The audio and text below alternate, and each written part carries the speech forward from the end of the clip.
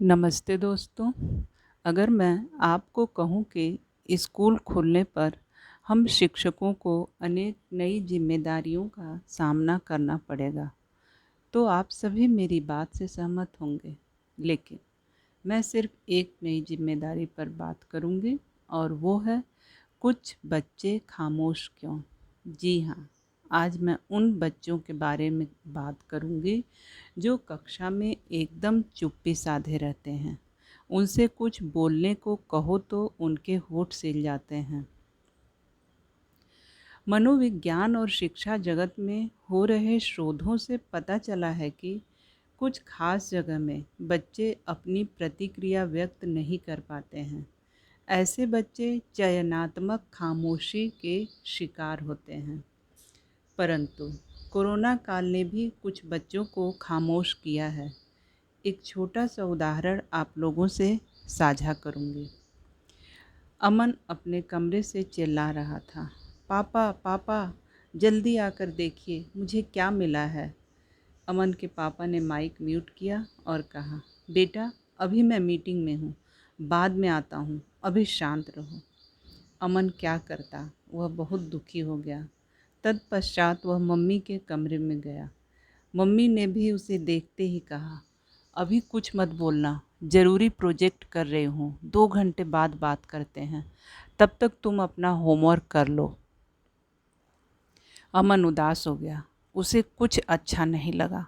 वह चुपचाप सो गया।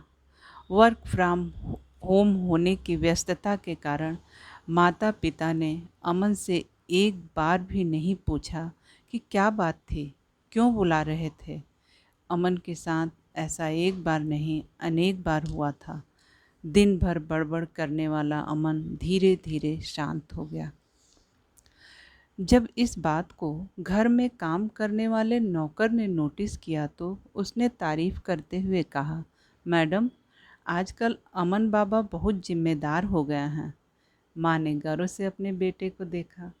पापा ने भी बेटे को देखकर मुस्कुराया, लेकिन वे ज़रूरी बात भूल गए कि पिछले 15 महीनों से स्कूल बंद होने के कारण अमन जिम्मेदार नहीं बल्कि अंतर्मुखी हो गया है। आप सोचिए इस बात को, जिस बच्चे के साथ दिन भर कोई बात करने वाला नहीं है, उसकी मानसिक स्थिति क्या होगी। कितना कुछ सह रहे हैं बच्चे, कितना गुबार भरा होगा इनके भीतर। ऐसे में हम शिक्षकों की जिम्मेदारी है कि जब अमन जैसे छात्र कक्षाओं में लौटें तो ऐसे छात्रों का फीडबैक देने से पहले हमें पुनः सोचना होगा। उसे होशियार लेकिन शांत की जगह होशियार और शांत बताना होगा। हम शिक्षकों को आमतौर पर इस्तेमाल करने वाले तरीकों पर पुनर्विचार करना होगा, जैसे छात्रों से उम्मीद करना कि वे जल्दी हाथ उठाएं, जल्दी जवाब देने वाले या कक्षा में चिल्लाकर ध्यान खींचने वालों की तारीफ करना, या फिर यह मानना कि शांत बच्चे कम होशियार होते हैं।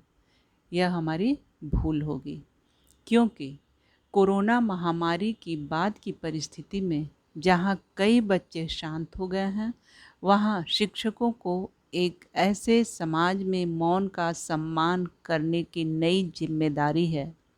दूसरी तरफ स्कूलों को रचनात्मक सोच और एकांत को जगह देनी होगी।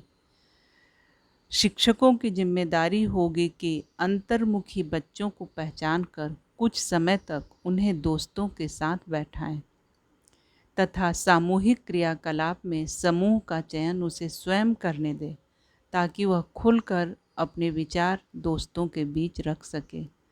कभी कभी ऐसे बच्चों से शब्दों के बजाय संकेतों और हाव भाव से बात करें।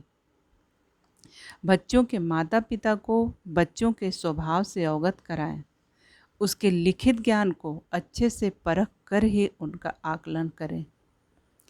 मुझे उम्मीद है कि आप ऐसे बच्चों को पहचान कर उचित निर्णय ले पाएंगे, क्योंकि कोई नहीं जानता कि बच्चे लॉकडाउन में किस मनोस्थिति से गुजरे हैं।